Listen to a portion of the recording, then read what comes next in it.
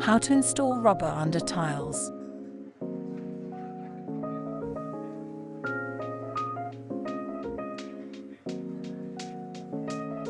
To achieve a watertight seal, the membrane should be adhered beneath tiles or slate to achieve a minimum vertical height of approximately 200 mm. Remove adjacent tiles and roof battens if necessary, and set aside.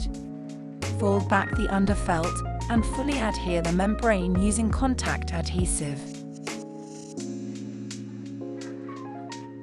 Allow both surfaces to dry and, starting from the bottom, mate together, working the rubber into any angle changes.